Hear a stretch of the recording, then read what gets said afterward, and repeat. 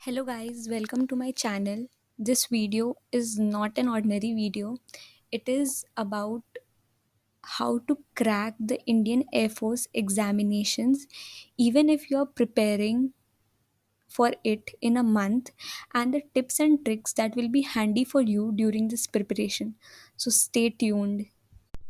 So, for those who don't know about FCAT, FCAT is an entrance examination which is conducted by the Indian Air Force. It is conducted twice in a year, once in March and the other in September, October. The eligibility criteria is for anyone who is between 20 to 26 years, and the educational qualification is having at least a 60% in your bachelor's and a 60% in your 12s, with physics and maths as your primary subjects. Tip number 1 is to memorize the syllabus and the exam pattern. कोई भी exam crack करने से पहले आपको उसका syllabus पता होना बहुत ज़रूरी है। इसके पीछे का रीज़न ये है कि सिलेबस पता होने से आप अपने लिए एक 80-20% विन विन सिचुएशन क्रिएट कर लेते हैं। You know where to focus, on what topics to focus, and कितना आपको इम्प्रूव करना है उसमें। सो memorizing the syllabus and knowing the paper pattern through mocks or previous years is very important. किसी भी एग्ज़ाम को क्रैक करने से पहले आपको अपना गोल सेट करना होता है। Similarly for AFSB, you need to lie between a range of 160 to 170 to get a call letter from AFSB. तो इससे प्रीवियस ईयर के कट ऑफ से हमें एक चीज़ समझ में आती है कि हमारा गोल क्या होना चाहिए और हमें कहाँ तक टारगेट करना है to reach a proper score to get a call letter. So this is the tip number 2, checking the previous year's cutoff to set your goals firm. Moving ahead with tip number 3, that is knowing the marking scheme. Everybody thinks the marking scheme is very simple with a +3 and -1. But let me tell you, इसके पीछे का जो पूरा psychology है that is something very different. People just think कि वो -1 है, but overall suppose आपने एक गलत आंसर अटेम्प्ट कर लिया है, तो पहले तो आपकी जो +3 सिक्योर होने वाली थी, you lose that, and then you also get an add-on of a -1, which brings a total deduction of -4 to your total score. So whenever you are trying to attempt a question, try कि आपकी accuracy उस question के लिए बिल्कुल 100% है, या in a situation of 80-20 also you should go for an answer, but keep in mind when it is a 50-50 situation, don't ever go for that -4. It costs a lot on the total. मैंने अपना AFCAT का preparation रफली 30 days में किया है, जिसमें से मैंने फर्स्ट 5 डेज़ सिलेबस देखने में एंड इम्पॉर्टेंट टॉपिक्स वगैरह इधर उधर यूट्यूब वीडियो सर्च करने में इनमें लगाए। उसके बाद मैंने आफ्टर 5 डेज़ एक प्रीवियस ईयर का बुक ख़रीदा, एंड मैंने अगले 20-25 डेज़ सिर्फ यूट्यूब लेक्चर्स देखे एंड प्रीवियस ईयर सॉल्व किया. So from this we come to the next tip, that is tip number 4. Previous year papers को अपना फ्रेंड समझ के उसके साथ कम से कम भी 2 घंटे हर दिन तो रहो ही रहो. Very important, because previous years से आपको एक पैटर्न समझ में आता है. प्लस ऐसा होता है कि एफकैट में कभी ना कभी एक क्वेश्चन इधर उधर से स्ट्राइक कर जाता है प्रीवियस ईयर का, तो वो आपको कहीं ना कहीं माइंड में हिट कर जाएगा. सो प्रीवियस ईयर्स तो हर दिन सॉल्व करो, इट्स वेरी इंपॉर्टेंट. तो क्वेश्चन पेपर्स तो आपने सारे सॉल्व कर लिए, बट जब भी आप क्वेश्चन पेपर सॉल्व करते हो, मेक दिस अ पॉइंट कि जहाँ कॉन्सेप्ट ईजी हैं वहाँ कोई भी एक लंबा चौड़ा कॉन्सेप्ट या एक सोल्यूशन कभी ना लगाएं, because what happens during the exam is that you click what you have been practising all throughout. तो अगर आप कुछ भी ऐसा बहुत लंबा मेथड फॉलो कर रहे हो किसी भी सम को सॉल्व करने का, तो एग्ज़ाम में भी जाके आपको वही क्लिक करेगा. तो आपका माइंड उतना एक्टिव होना चाहिए कि वो छोटे से छोटे कॉन्सेप्ट्स को एक ईजी वे ऑफ सॉल्विंग में प्रोसेस करे, and that is how you create an active mind during an exam. Smart work is more important for exams like FCAT. Reason being this कि it has a huge number of questions that come from general awareness, that is GK, जिसका syllabus is very vast to complete. Plus आपको ये पता ही नहीं है कि आप जो पढ़ रहे हो उसकी प्रोबेबिलिटी कितनी है आने की. So what I did was that I completely focused on those areas which I thought कि वो बहुत स्कोरिंग है मेरे लिए.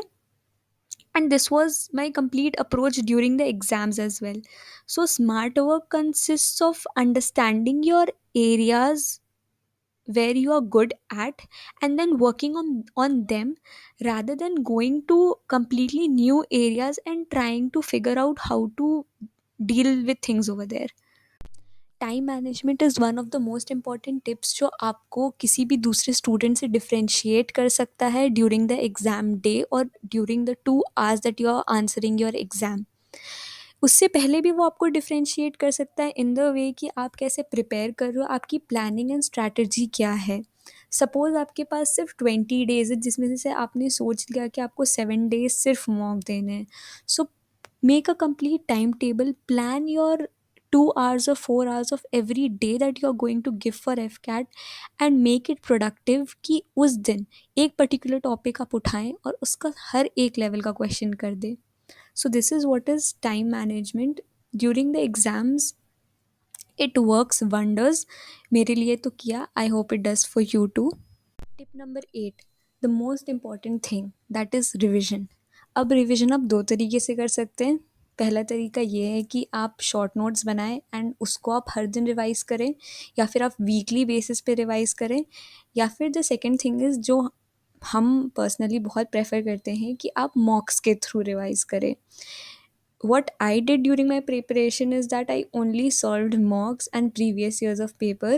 जिससे अगर कुछ नया कॉन्सेप्ट मुझे मिलता था तो I use to separate it from the others, writing it in an another notebook and going through it, क्योंकि वो एक अलग कॉन्सेप्ट ऑल टुगेदर बन जाता था. सो वेरी इम्पॉर्टेंट ये है कि आप अपने वीकली रिविजन गोल्स एंड अपने डेली रिविजन गोल सेट करो. And if you want you can do it through mocks at it as it is very effective. Moving ahead with tip number 9, that is not following a uni pattern for the exam. I will personally recommend this to you कि आप ये पूरा मॉक्स के time आप इस strategy को अपनाओ, ताकि इट ट्रेन्स योर ब्रेन कि आपको कौन सा पार्ट ऑफ द पेपर पहले करना है. यूजुअली वी हैव सीन कि एफ कैट का जो पेपर है वो एक पैटर्न में आता है and in the same pattern it is given in all the books and previous years. So try solving your paper every day with a new section. इससे क्या होगा कि आपको ये चीज़ समझ में आने लगेगा कि which section do you want to attempt first and which section according to you has your highest accuracy. इससे आपको एक बेनिफिट ये मिलेगा कि during the exam if you start with those areas where you are good at, you are there are more chances of getting those +3s and less chances of getting those -4s.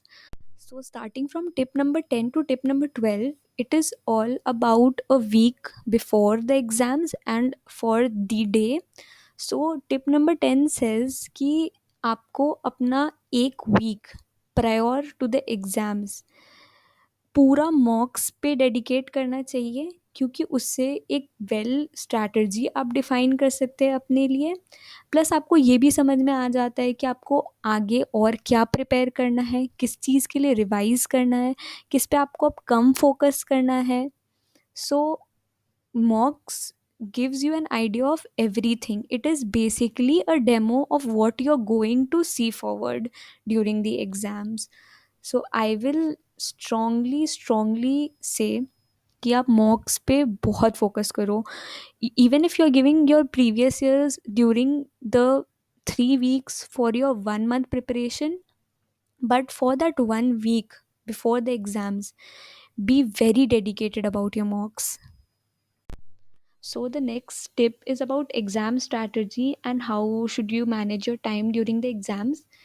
वैसे तो ये एक tip नहीं है, ये एक advice है, क्योंकि आप एग्ज़ाम से पहले बहुत सोचने लग जाते हो कि मैं पहले मैथ सॉल्व करूँगा या मैं पहले रीजनिंग सॉल्व करूँगी, बट वहाँ जाके you just mess up things.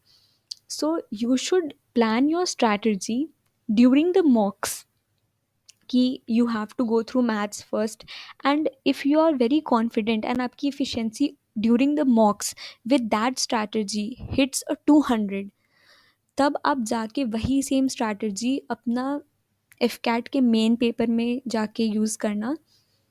क्योंकि अगर आप वहाँ पे जाके इतना प्लानिंग कर लोगे तो वहाँ पे you will just go blank at the time, कि अरे ये तो पहले करना था, why is it this, why is something going wrong. You will really go blank and you might not qualify the exam because of this. It is just an advice not to over strategize things.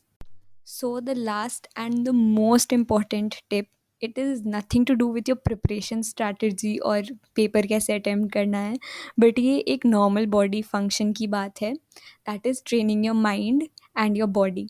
So normally students क्या करते हैं कि वो रात को पढ़ते हैं, your complete examination preparation is done at the night. Reason, शांति रहती है, पढ़ने में अच्छा लगता है, कम बातें होती हैं, लेस डिस्ट्रैक्शंस। बट आपका जो एग्ज़ाम है वो सुबह को होता है। F CAT is conducted in 2 slots, one is the morning slot and one is the afternoonish slot. So आपका बॉडी उस टाइम पे वर्क करने के लिए ट्रेन नहीं होता है, you will be lazy at that time. So I will I will strictly I followed this strictly basically, कि the complete 1 month that I prepared for the exam, I kept my mind active during those 4 to 5 hours when the exam is being held according to the timing, and this makes you work more efficiently during the exams. इससे क्या होता है कि आपका body train हो रहा है basically 1 महीने में, कि आपको उसी टाइम अपना दिमाग सबसे ज़्यादा रैक करना है, आपको उस टाइम लॉजिक डेवलप करना है अपने माइंड में। So that is very important and it is the last and the most important tip. So finally, I have revealed the 12 tips that you should follow to crack FCAT, and I do personally follow these for other exams that I am going to appear. Moving ahead, here are the two books that I've personally followed. One is the previous year papers, and one is Lucent for GK. You can also follow other books. Apart from these, I used to just watch video lectures from Defense Mania or an academy, Let's Crack Defense Exams. So it works very well. So with all of this, we come to the end of this video. I hope you liked it, and I hope this inspires you in some way, and it also helps you to qualify the exams. If you like this video, please subscribe to my channel, and if you want more such videos on any other exam, please mention it in the comment box. I will be making more videos soon. Thank you.